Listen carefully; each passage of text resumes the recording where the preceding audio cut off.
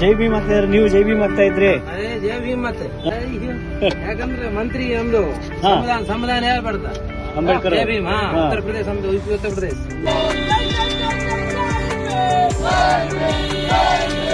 ಸಂವಿಧಾನ ಸಂರಕ್ಷಣಾ ಪಡೆ ಇದು ಮಾನವಿಗೆ ಆಗಮಿಸಿದೆ.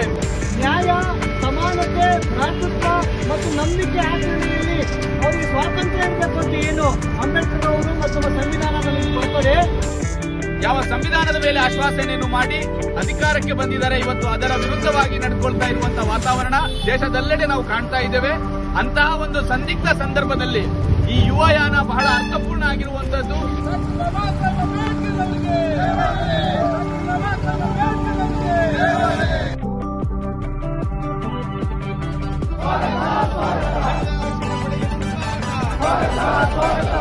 ಅಂಬೇಡ್ಕರ ಯಾರು ಅಂಬೇಡ್ಕರ ಹಿರಿಯಿಂದ ಊರಿಗೆ ಮತ್ತು ಬರದ ಡಾಕ್ಟರ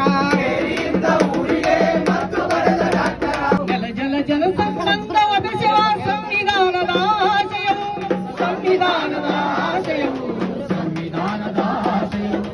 ಜೈ ಭಾರತ, ಜೈ ಜೈ ಭಾರತ, ಜೈ ಭಾರತ, ಜೈ ಜೈ ಭಾರತ.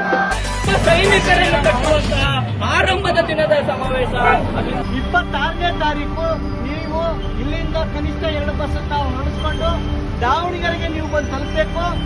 ಈ ತರ ಸಂವಿಧಾನದ ಕಾಳಾಳುಗಳನ್ನು ಕಟ್ಟುವಂತ ಪ್ರಕ್ರಿಯೆಯಲ್ಲಿ ನೀವೆಲ್ಲರೂ ಆ ಮುನ್ನುಡಿಯ ಸಮಾವೇಶಕ್ಕೆ ನೀವೆಲ್ಲರೂ ಬರಬೇಕು ಅಂತ ನಿಮ್ಮಲ್ಲಿ ಮನವಿ ಮಾಡ್ತಾ ಮಾತನ್ನು ಮುಗಿಸ್ತೀನಿ. ಜೈ ಭೀಮ್.